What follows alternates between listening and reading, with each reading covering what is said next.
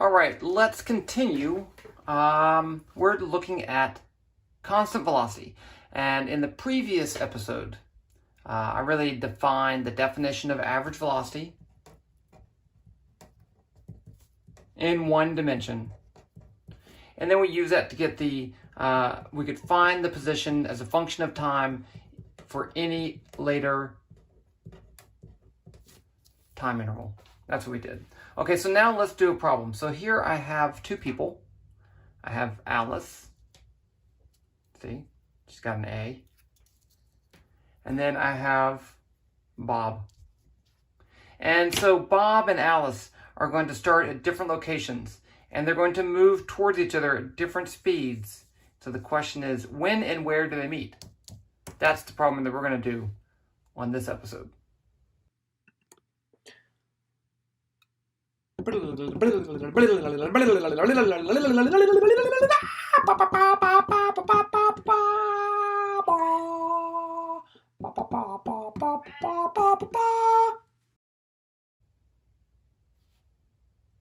Okay, so we want to do this problem. We need some numbers here. Okay, so let's just say that I'll make a little graph here, a little line, a little number line. So 0, let's say that Alice starts at 1 meter. So 1, 2, 3, 4, 5, 6, 7, 8, 9, 10, 11. Okay, so this is just for fun. That's 13. That's 1. So here's Alice. So Alice starts at t equals 0. I have seconds. X Alice is 1 meter. And then I have X Bob at 13 meters. And then I have velocity of Alice is 0.4 meters per second. And then the velocity of Bob is negative 0.15 meters per second. And I just made these values up. Okay. So the question is, this is your classic train problem, right? Train A leaves from New York and train B leaves from Chicago. And when do they meet? Well, this is just people walking, okay? Well, you could imagine doing this a number of different ways. You could just say, okay, after half a second, where's Alice and where's Bob? And then again and again until they're at the same position. That would be one way to do it. Another way would be to get two functions of the position of Alice and the position of Bob. And once I have two equations, I can solve for them to determine when they have the same position and what that position is. And that's what we're going to do. Okay, so here I have using the position update formula right here. I'm going to change this to 0, where they start at t equals 0. So X Alice is going to be, I'm going to put it as just X Alice 0. That's a number of 1, but I like to leave it like this for now. Plus V Alice delta t. Okay. And then I have X Bob equals X Bob 0 plus V Bob delta t. And yeah, so Bob has a different starting position. Bob has a different it has a different velocity, and in fact it's negative. So, but I just left these as V's just to make it simpler. Now we want to find out when XA is equal to XB, when these two are at the same position. And notice that neither of them start at x equals 0, and that's okay. So now I can just take this expression, this half, and this half, and set them equal to each other. Because if XA equals XB, then this stuff has to equal this stuff. So I get XA0 plus VA delta t equals XB0 plus VB delta t. Now, the question we want to think about is, what do we want to solve for? Well, that's a constant, that's a constant, that's a constant, that's a constant. So the only thing that's not a constant is delta t. So let's solve for delta t. How do we do that? Well, we need to get delta t to one side. So I'm going to subtract this from both sides.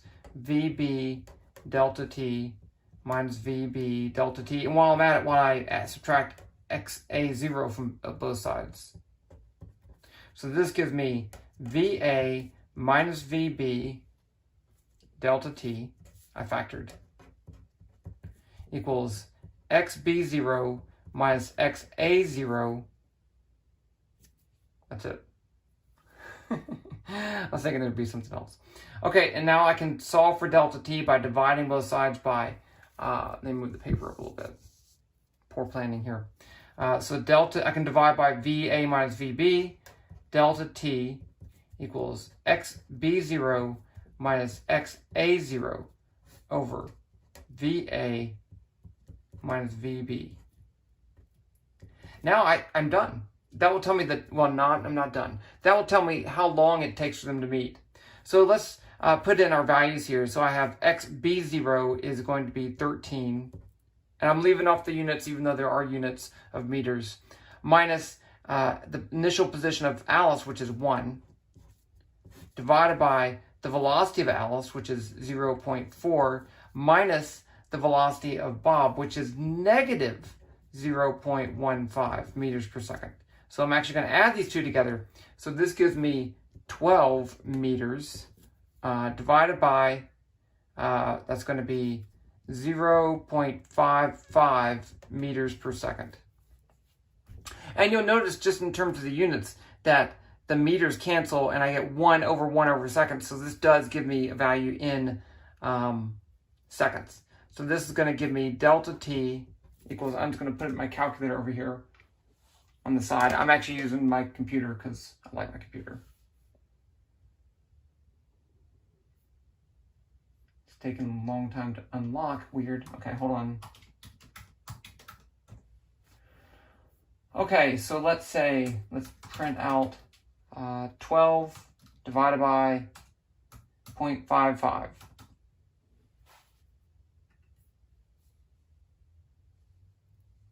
And in fact, you don't even need to get the time, to tell you the truth.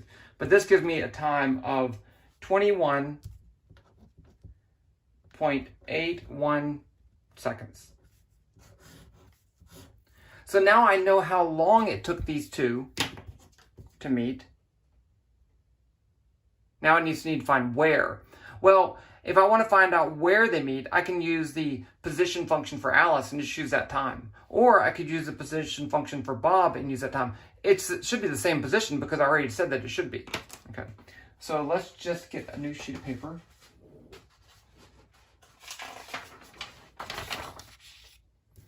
And I'm going to say x Alice equals x Alice 0 plus v Alice delta t.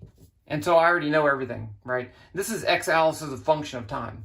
And I know my time is, what did I say, 21.81 seconds. And I know everything else. So I can say x Alice equals 1 meter, that's where she started, plus her velocity, 0.4 meters per second, times 21.8, that's actually 82 seconds around up. And let's just check the units. We should always check the units. If I have meters per second times seconds, I get meters. So this whole thing is just going to be in meters, which I can then add to this. You can't add things that have different units. And then the whole answer is going to be in meters. So that's good. Let me just put my calculator really quick, just to make sure I get the right answer. And I get 1 plus 0.4 times 21.82 divided by, no, that's it. No divide. Yeah. I get 9.73.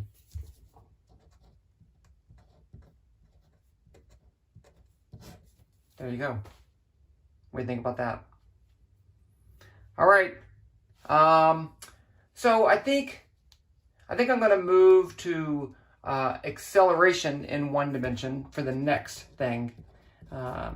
We can always do more problems like this, but I want to definitely get far enough that I can have a whole course. Okay, so I'll see you next time.